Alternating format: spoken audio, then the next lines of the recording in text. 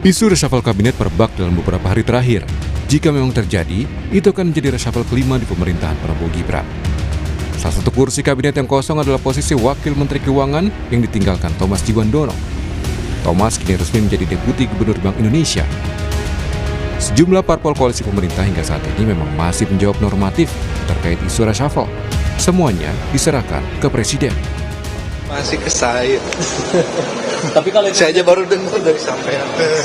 tapi kalau benar itu terjadi, akan ada perpindahan posisi masih tugaskan di kementerian lain itu gimana? Dikit mas. Apa?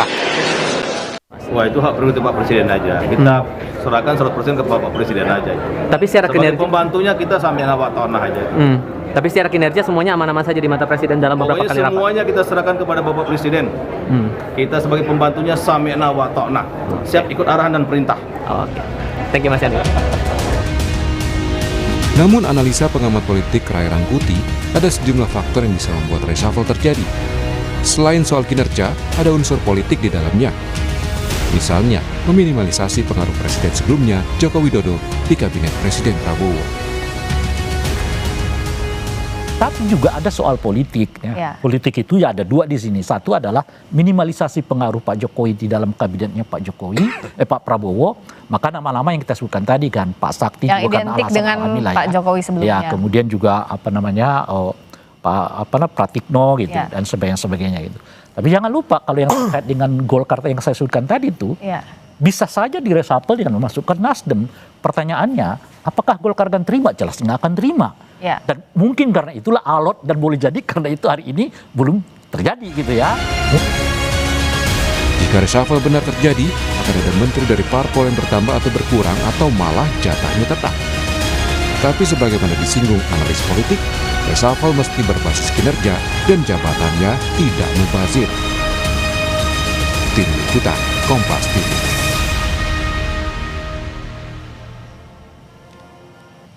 Meski reshuffle jadi hak prerogatif Presiden, namun isunya tidak bisa dianggap angin lalu, apalagi soal jatah menteri untuk parpol. Nah, kita akan bahas soal ini, saudara, bersama dengan Sekjen Partai Demokrat Herman Hairon, kemudian Wakil Ketua Umum Partai Golkar Ahmad Doli Kurnia, dan pengamat politik yang juga Direktur Eksekutif Lingkar Madani Ray Rangkuti. Selamat pagi, Kang Hero, Bang Doli, Bang Ray. Assalamualaikum warahmatullahi wabarakatuh. Waalaikumsalam. Kita tahu ini belum tentu terjadi, bisa jadi, bisa tidak, dan semuanya adalah haknya Pak Prabowo. Tapi kita akan coba ulik-ulik kemungkinan-kemungkinan nih. Saya mau ke Kang Hero dulu nih. Kang Hero, ini kan di Demokrat ada 6 nih kader Demokrat yang ada di kabinet gitu ya. Deg-degan gak sih kalau dengar-dengar ada isu reshuffle seperti ini? Ya, tentu sama ya, normanya adalah ini adalah hak prerogatif Presiden. Dan evaluasi dan kemudian apakah terjadi reshuffle atau tidak terjadi reshuffle itu menjadi kewenangan dari Presiden. Dan bahkan kalau ada portofolio atau nomenklatur baru juga itu adalah haknya dari Presiden. Oleh karena itu ya kita serahkan saja kepada Presiden dan tentu Presiden memiliki parameter dan indikator kinerja sehingga betul-betul apa yang dilakukannya ini objektif dan sesuai dengan fakta, data, dan kinerjanya para menteri. Nah, untuk menteri-menteri kami saya yakin ya, karena kami juga punya pengalaman kan 10 tahun waktu Presiden SBY berkuasa, tentu seluruhnya bekerja dengan baik. Dan ini juga menjadi parameter-parameter yang dikerjakan oleh menteri-menteri yang berasal dari Partai Demokrat. Baik Menko Infrastruktur Mas AHY, Menteri Transmigrasi, Menteri Ekrab, kemudian para wamen yang tentu itu berasal dari Partai Demokrat. Saya yakini semuanya bekerja dengan baik, sesuai dengan target-target yang ingin dicapai oleh Presiden, dan sampai saat ini kalau dari pengamatan saya on the track. Namun semuanya tentu dikembalikan kepada Presiden Prabowo Subianto. Oke, baik. Saya ke Bang Doli nih. Bang Doli, giliran Bang Doli. Kita punya paling tidak kalau menteri itu ada 8, kalau tidak salah Bang Doli. Nah, kemudian juga sempat disebutkan oleh Bang Melhias itu ya kemarin ketika ditanya soal reshuffle, kalau bisa jangan dikurangin lah gitu karena kader kita mumpuni semuanya. Ini sebenarnya lagi gimana? Deg-degan nggak juga Golkar ini, Bang Doli? Iya, pertama prinsipnya adalah bahwa kita harus sama-sama paham ya bahwa seorang presiden dimanapun di dunia ini termasuk presiden Indonesia pasti ingin memberikan yang terbaik buat bangsa dan negara. Jadi ingin kabinetnya itu satu periode full itu perform gitu, berhasil menjalankan program-program yang konkret yang dirasakan oleh rakyat untuk kepentingan bangsa dan negara. Itu yang pertama. Nah, oleh karena itu sebetulnya dalam rangka itu, nah seorang presiden itu punya fasilitas. Jadi kalau dalam rangka untuk memperkuat kinerja, kalau ada ya pembantu-pembantunya di kabinet itu dianggap tidak perform, ya tidak memenuhi kinerja yang sesuai dengan standarnya, ya dia diberi kewenangan untuk melakukan pergantian gitu. Nah, itu yang juga dipahami oleh Golkar. Nah, dari awal posisi Golkar ini kan adalah menjadi pendukung utama ya, pendukung Pak Presiden dan pasangannya Pak Gibran gitu.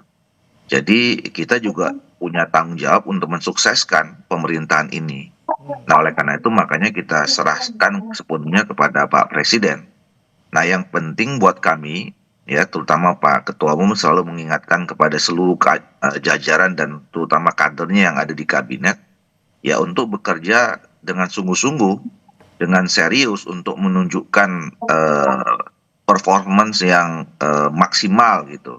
Sehingga memang apa yang menjadi niat Presiden untuk membuat semua jajaran kabinet itu bisa bekerja secara maksimal, ya itu bisa kita wujudkan sama-sama. Itu posisi Partai Golkar. Baik, Bang Doli, kalau misalnya ditambah, pasti semuanya siap untuk ditambah. Senang sekali ditambah jumlah menteri yang dari parpol tertentu. Tapi kalau misalnya ternyata dikurangi gitu, Bang Doli, apalagi mungkin terkait dengan ada kontroversi di satu sosok menteri misalnya di Partai Golkar seperti itu. Bagaimana? Siap juga nggak kalau untuk dikurangi? Ya tentu kita sih tidak berharap ya. Artinya Partai Golkar tetap berharap bahwa amanah kepercayaan yang sudah diberikan oleh bangsa dan negara melalui Pak Presiden kepada kami ya, dengan ada sekian jumlah menteri yang ada di kabinet sekarang itu tidak berubah gitu ya, dan kami menilai selama ini juga dan terus mendorong ya supaya mereka tetap bekerja dengan baik.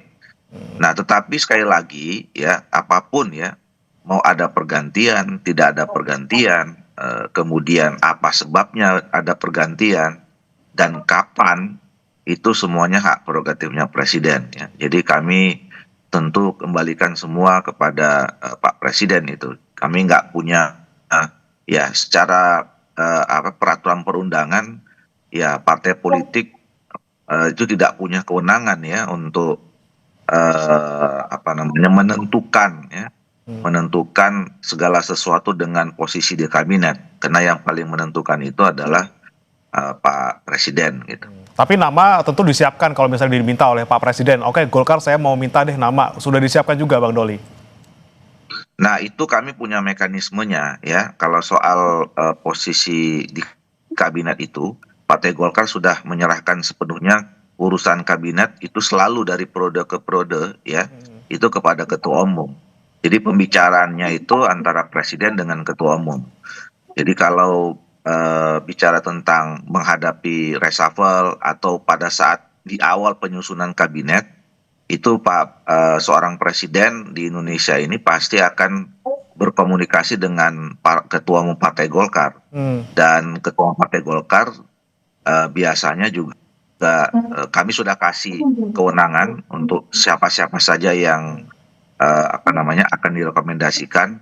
Dan kalau menurut pengalaman selama ini ya, yang saya ketahui ya, cerita dari beberapa ketua umum itu selalu disiapkan beberapa nama ya, beberapa nama, dan kemudian terjadi diskusi dengan Pak Presiden, dan pada akhirnya ketetapan atau keputusan itu keputusan akhirnya ada di Pak Presiden.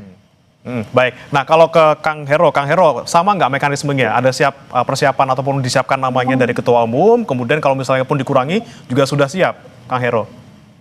Ya, saya kira tidak mendahului kehendak Presiden ya. Jadi ya kalau kemudian Presiden memberikan kepercayaan kepada Demokrat ya tentu kami akan siapkan. Dan nanti keputusan internal kami ya sangat bergantung juga kepada Ketua Umum dan Ketua Majelis Tinggi. Karena mekanismenya memang untuk kementerian itu menjadi keputusan bersama antara DPP dan Majelis Tinggi. Nah, oleh karena itu saya kira kita serahkan saja, biarkan supaya Presiden betul-betul nyaman dan kemudian bisa menjalankan program-programnya dengan baik, bisa dirasakan oleh rakyat, dan tentu mudah-mudahan ke depan Indonesia akan lebih baik, lebih maju, dan kalaupun toh ada hal-hal yang tentu ini menjadi concern perbaikan Presiden dan kemudian melihat ada harus penajaman-penajaman terhadap program-program dan lain sebagainya, tentu kita menunggu saja dari Presiden karena ini adalah seluruhnya menjadi kewenangan Presiden. Oke, baik. Saya ke Bang Rey. Bang Rey, Anda sempat bilang bahwa ini ada kemungkinannya antara yaitu tadi penilaian soal kinerja dan juga soal politik, apalagi kalau Anda bilang ini bisa jadi untuk istilahnya sapu-sapu pengaruh Jokowi di kabinet yang sekarang. Nah, ini kekuatan yang mana sebenarnya, Bang Rey? Kalau Anda melihat mungkin dari reshuffle pertama sampai reshuffle keempat dan mungkin nanti di reshuffle kelima. Iya, kalau di reshuffle kelima ini saya kira perpaduan antara yang disebut politik, yang disebut dengan kinerja, plus juga dengan faktor alam. Faktor alam itu yang mungkin terkait dengan kesehatan gitu ya. Nah, tapi kalau dipilih di antara yang ketiga, mana kelihatan yang paling menonjol? Saya kira pertimbangan utamanya itu soal kinerja. Bahwa menteri-menteri yang dianggap saat ini bekerja sama dengan Pak Prabowo mungkin dianggap kurang optimal oleh Pak Prabowo. Dan memang kenyataannya kan kalau kita lihat sampai sekarang banyak keluhan masyarakat, banyak. Ya saya kira kalau dilihat dari sebelum tahun pertama dan sekarang, kan kecenderungan tingkat kepuasan publiknya itu menurun, bukan meningkat gitu. Meskipun penurunannya nggak terlalu jomplang, nggak terlalu cepat gitu, tapi nurun kan, dari 82 sekarang ke 77 dan sebagainya. Dan kalau begini terus, ya bisa saja itu menuju ke arah 65 gitu. Nah, oleh karena itu pada tingkat tertentu yang realistis, memang Pak Prabowo membutuhkan penyegaran lah dalam konteks kinerja gitu. Nah, cuman tidak itu saja, ada aspek yang disebut dengan politik gitu. Misalnya apa? Mempertimbangkan apakah kemungkinan menambah teman koalisi di dalam kabinetnya Pak Prabowo atau tidak gitu. Nah, itulah yang saya kira kalau itu yang dilakukan oleh Pak Prabowo, potensi Nasdem menjadi masuk, tentu harus ada satu partai politik yang kehilangan kursi dan besar kemungkinan kehilangan kursi itu diambil dari Golkar gitu. Pertanyaannya adalah apakah Golkar akan terima? Nggak akan terima gitu. Nah, oleh karena itulah terjadi akan dialog yang besar, tapi segala sesuatunya seperti yang disebutkan tadi oleh baik Bung Doli maupun Bung Hairun ya mengatakan tergantung presiden. Nah, artinya memang presidennya nih sekarang. Kalau presidennya mengatakan saya mau reshuffle satu orang dari Golkar, saya kira dia Golkar ikut-ikut saja pada ujungnya meskipun tentu tidak mau gitu ya. Tapi kalau presidennya tegas mengatakan saya akan reshuffle, saya masukkan kader yang lain dari partai yang lain, ya ujung-ujungnya Golkar akan tetap ikut gitu. Masalah utama dari reshuffle ini menurut saya adalah soal ketegasan Pak Prabowo sendiri gitu. Dan oleh karena itulah saya tidak terlalu yakin bahwa Pak Prabowo akan melakukan reshuffle besar-besaran gitu ya. Karena apa gitu? Karena saya kira Pak Prabowo nggak punya mental politik untuk berhadapan dengan teman-teman koalisinya gitu. Jadi mungkin Bahlil sedikit ngambek, mungkin Pak Ahy dia akan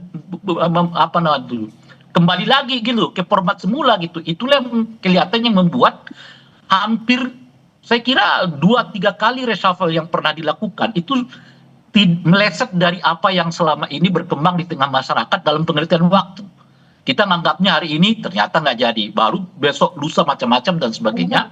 Karena ketidaksiapan mentalitas politik Pak Prabowo menghadapi teman-teman koalisinya gitu.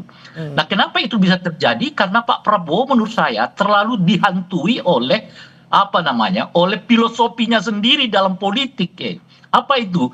Politik harmoni itu. Nah, bagaimanapun tentu ya kalau ada reshuffle, apalagi mengurangi jatah partai politik atau atau meminggirkan orang-orang yang dianggap sangat berpengaruh di dalam internal partai politik, akan menimbulkan gejolak secara internal gitu.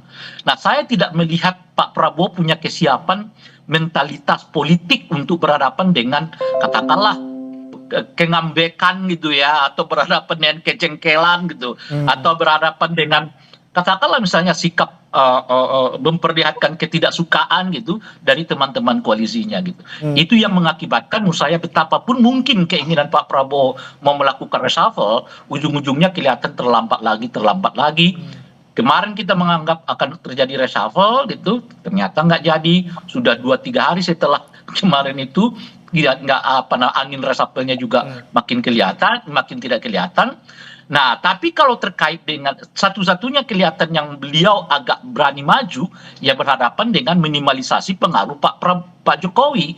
Itulah makanya nama-nama anggota kabinet dari Pak Jokowi ini terlihat ya nggak terlalu kuat resistensinya terhadap Pak Prabowo, karena memang backup dari mereka dari menteri yang berasal dekat dengan Pak Jokowi ini juga nggak terlalu kuat lagi seiring dengan makin menurun popularitas ya Pak Jokowi di hadapan masyarakat gitu. Tapi kalau menurut analisis Bang Rey, untuk nama yang sekiranya gitu ya bakal keganti dapat rapor merah dari Pak Prabowo, siapa nih? Kalau saya sendiri kalau terkait dengan kinerja berhubungan, kan ada beberapa nama yang disebutkan oleh yang beredar di tengah masyarakat, saya kira iya gitu. Satu Pak Pratikno gitu, itu Pak Sakti tentu saja ada kaitannya juga dengan kesehatan gitu ya. Menteri pariwisata saya kira juga layak untuk dievaluasi oleh Pak Prabowo gitu ya. Dan itu yang saya sebut ini termasuk Pak Sugiono ya, Menteri Luar Negeri kita gitu, itu juga ternyata begitu banyak sorotan atas kinerjanya kepada akhir-akhir ini gitu ya. Jadi ada beberapa menteri yang menurut saya secara objektif memang kinerjanya layak diresafel oleh oleh Pak Prabowo gitu, tapi juga ada persoalan yang kaitan dengan politik. Makanya nama-nama yang erat kaitannya dengan Pak Jokowi kelihatan sekarang jadi bidikan, termasuk di dalamnya adalah Menteri Dalam Negeri gitu. Menteri Dalam Negeri saya kira juga salah satu yang mungkin saja bisa diresafel oleh Pak Prabowo terkait dengan munculnya ketidakserentakan ya, ketidakpuasan, mulai kritik-kritik yang banyak terhadap pengelolaan berkaitan dengan keuangan yang berhubungan dengan TKD di daerah dan seterusnya itu. Gitu.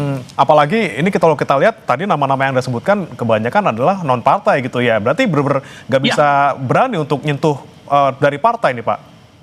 Itu yang saya sebut tadi. Kalau Pak Prabowo masuk ke politiknya agak berat gitu. Meskipun mungkin ada keinginan yang kuat. Nah, itu yang saya katakan tadi itu ini sangat tergantung kepada mentaliti politiknya Pak Prabowo, dan saya tidak terlalu percaya bahwa Pak Prabowo itu memiliki ketegaran politik gitu loh berhadapan dengan teman-teman koalisinya. Sebab kalau beliau punya ketegaran politik itu, saya kira banyak anggota kabinet yang berasal dari partai politik yang sekarang ini dapat dievaluasi oleh Pak Prabowo gitu. Tapi kenyataannya kan kalau kita lihat prosesnya, Pak Prabowo menerima apa saja yang dicalonkan oleh partai politik. Dan setelah selesai membicarakan kursi ke kursi gitu ya, kita dapat ini, kita dapat ini, kita dapat ini. Siapa orangnya? Nah, orangnya itu ya diserahkan oleh partai gitu ya. Pak Prabowo mungkin akan seleksi dari 2 atau 3 nama, tapi itu kan Pak Prabowo sendiri menurut saya nggak punya kemampuan, boleh jadi saya mau dia loh, dan sebagainya. Jadi Pak Prabowo pada ujungnya hanya memilih apa yang disodorkan oleh orang-orang partai, sehingga kita lihat sekarang banyak sebetulnya orang yang kita anggap nggak tepat pada posisinya, ya itu ditempatkan begitu saja karena ada dialog yang cukup kuat antara partai politik pendukung Pak Prabowo dengan partai-partai politik ini. Sebut saja misalnya soal Menteri Desa ya, yang kita tahu gagal menjadi calon legislatif di Banten kok malah naik kelas jadi menteri gitu loh. Itu kan. Ada dialog kuat dicurigai gitu ya, Bang Rey ya, di belakang kemudian nama-nama yang Jadi muncul kita tidak tepat. tahu lagi standar apa yang dipakai oleh Pak Prabowo untuk Ya. menempatkan orang pada Baik. posisi tertentu. Oke, Gagal di Banten gitu ya, lalu punya kontroversi terkait dengan surat ya, Oke. tapi tetap dipakai oleh Pak Prabowo sebagai menteri. Nah, ini yang ingin saya tanyakan ke Kang Hero dan juga Bang Doli. Ke Kang Hero dulu, gimana Kang tanggapannya Kang? Ya, sekali lagi kami tidak punya kewenangan untuk mengevaluasi ya, karena secara objektif tentu ini menjadi hak dan kewenangan Presiden. Namun tentu kalau melihat bagaimana menteri-menteri dari Partai Demokrat, ya saya kira kita bisa melihat bagaimana hasilnya dan kita bisa merasakan bahwa kesungguhan kerja keras dari menteri-menteri Partai Demokrat ini juga menunjang terhadap hasil yang diharapkan oleh Presiden ya. Jadi saya sebut saja Menko Infrastruktur selama ini juga mengkoordinasikan dan pada situasi bencana juga bolak-balik untuk melakukan tanggap darurat dan rehabilitasi. Ini kesungguhan dalam bekerja gitu ya. Menteri Transmigrasi, Menteri Ekraf, Menteri PU ya, kemudian 2 wakil menteri kami semuanya merasa bahwa apa yang dilakukan betul-betul ini adalah kerja keras dan kesungguhan untuk mensukseskan program-program Presiden Prabowo Subianto. Nah, beda dengan Bang Ray Rangkuti yang memang bisa menilai dan kemudian menggambarkan seseorang, dan saya kira kalau Bang Ray Rangkuti ditanya menteri-menteri dari Demokrat juga rasanya juga akan memberikan penilaian baik gitu ya. Karena ya kami diajarkan oleh para pendahulu, para senior yang telah melaksanakan karya dan pengabdiannya, tentu inilah yang harus dilakukan. Nah, kalaupun ada hal-hal lain dengan partai lain tentu diserahkan kepada Presiden Prabowo Subianto. Yang penting bahwa program-program pokok, program-program inti dan program-program nasional yang saat ini menjadi program Pak Prabowo, ya makan bergizi gratis, cek kesehatan gratis, kemudian ada sekolah rakyat, dan program-program lainnya yang tentu ini harus sampai kepada masyarakat, pastikan itu adalah rakyat merasakannya, dan tentu ini adalah bagian dari kemajuan bangsa, bagian dari kinerja pemerintahan saat ini dan bermanfaat bagi seluruh rakyat Indonesia. Baik, nah saya ke Bang Doli kemudian. Bang Doli, tanggapan Anda tadi terkait dengan ya ada dialog kuat di belakang, nama yang disodorkan nanti ya Pak Prabowo nggak bisa milih secara pasti gitu ya, tapi ya sodoran dari partai gitu. Gimana Bang Doli? Iya, saya tetap berkeyakinan ya bahwa Pak Prabowo semakin hari perjalanan kabinet ini, terutama udah nanti pada saat menjelang 2029, saya kira pertimbangan utamanya adalah kinerja ya. Walaupun pertimbangan politis itu juga tidak bisa diabaikan ya, karena itu tadi untuk bagaimana mengejar supaya semua program-program yang sudah ditetapkan ya berdasarkan visi yang sudah dibangun dari awal itu harus deliver semua, harus dirasakan oleh masyarakat gitu. Nah, apalagi kalau jadi kalau bicara tentang soal pertimbangan politik ya, katakanlah soal konfigurasi politik. Sebenarnya kan dari tahun pertama, dari hari pertama sampai sekarang udah kira-kira setahun lebih ya. Ini konfigurasi politiknya kan sudah mulai terlihat mulai ajak gitu, mulai settle. Walaupun politik tidak akan pernah ada yang settle gitu. Jadi sudah tahu persis siapa yang berada di luar pemerintahan.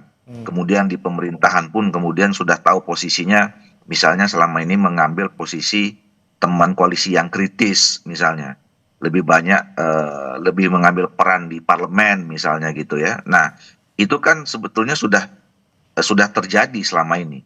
Nah, jadi menurut saya dan memang seharusnya saya kira memang pertimbangan utamanya itu adalah kinerja. Bagaimana semua kabinet menteri-menteri ini mau dari manapun asalnya ya, dari partai politik atau juga non partai politik, yang menurut saya tidak perlu dipertentangkan, karena yang jadi pertimbangan kan adalah apakah semua menteri-menteri ini baik itu dari non parpol maupun yang parpol itu punya kemampuan untuk mengeluarkan kemampuan teknokratiknya atau tidak gitu ya. Itu yang sebetulnya nanti akan menjadi bahan penilaian presiden. Nah, Baik. jadi sekali lagi ya itu tadi saya kira Pak Prabowo setiap hari, mungkin setiap menit tentu akan memonitor semua pekerjaan kabinet ini. Baik. Dan saya kira beliau yang sudah punya raportnya sekarang ya, mana yang memang bisa tetap dipertahankan, mana yang mungkin perlu digeser, dan itu semuanya kembali kepada kewenangan Pak Presiden. Baik, baik. Terakhir saya ke Bang Rey. Bang Rey, apa yang kemudian seharusnya dilakukan Pak Prabowo di reshuffle kelima ini? Oke, tadi Anda bilang kalau misalnya utak-atik di menteri yang dari parpol agak sulit gitu ya. Tapi bagaimana dengan persepsi publik kalau misalnya ternyata orang-orang yang mungkin menurut publik ini tidak harus lagi di kabinet tapi tetap dipertahankan karena dia adalah berasal dari partai politik, bagaimana ke depannya, Bang Rey? Ya siap-siap aja Pak Prabowo menerima popularitas yang nyungsep gitu, ngurung gitu. Kan datang dari Pak Prabowo sendiri, datang dari menterinya. Kan kemarin baru ada menteri juga yang sekarang mendapat perhatian netizen yang menyebut bahwa MBG itu lebih mendesak dari ke pekerjaan gitu ya. Jadi saya lihat sekarang ya ada model menteri-menteri ini untuk bisa bertahan menjadi anggota kabinet itu dengan memuji-muji terus MBG gitu loh. Itu kelihatan salah satu caranya. Jadi apapun masalahnya puji MBG. Dengan cara begitu mungkin mereka bisa bertahan sebagai anggota kabinet. Tapi kan ujung-ujungnya jadi timpang karena semua perhatian ke MBG itu. Nah, menteri ini MBG, menteri itu MBG, menteri ini MBG, bicara semua soal MBG. Yang kelihatan itu pola untuk bisa bertahan di anggota kabinet Pak Prabowo. Di saat yang bersamaan persoalan MBG ini kelihatan nggak membaik pada administrasinya, pada penanganannya, pada pola distribusinya dan seterusnya itu gitu. Nah kalau Pak Prabowo tidak melakukan apa yang ia bayangkan sebetulnya tentang anggota kabinet, ya kita akan melihat nyungseknya popularitas dan tingkat kepuasan terhadap Pak Prabowo. Oke, nanti kita nantikan bersama gitu ya, apa keputusan Pak Prabowo, ataukah dengan tadi mempertahankan dan juga menjaga hubungan baik dengan semua partai politik, atau lagi-lagi persepsi publik yang mungkin semakin liar di depan, di belakang gitu ya, terkait dengan kinerja para menterinya. Kita nantikan bersama, semoga semuanya ya kita harapkan menjadi yang terbaik gitu ya, semuanya untuk kebijakan dan juga untuk rakyat, semuanya terbaik, semuanya kita harapkan bersama-sama. Terima kasih Kang Hero, kemudian Bang Doli, juga Bang Ray Rangkuti sudah bergabung bersama kami di Semangat di Sapa Pagi, Sapa Indonesia Pagi. Selamat pagi, Bapak-bapak. Pagi.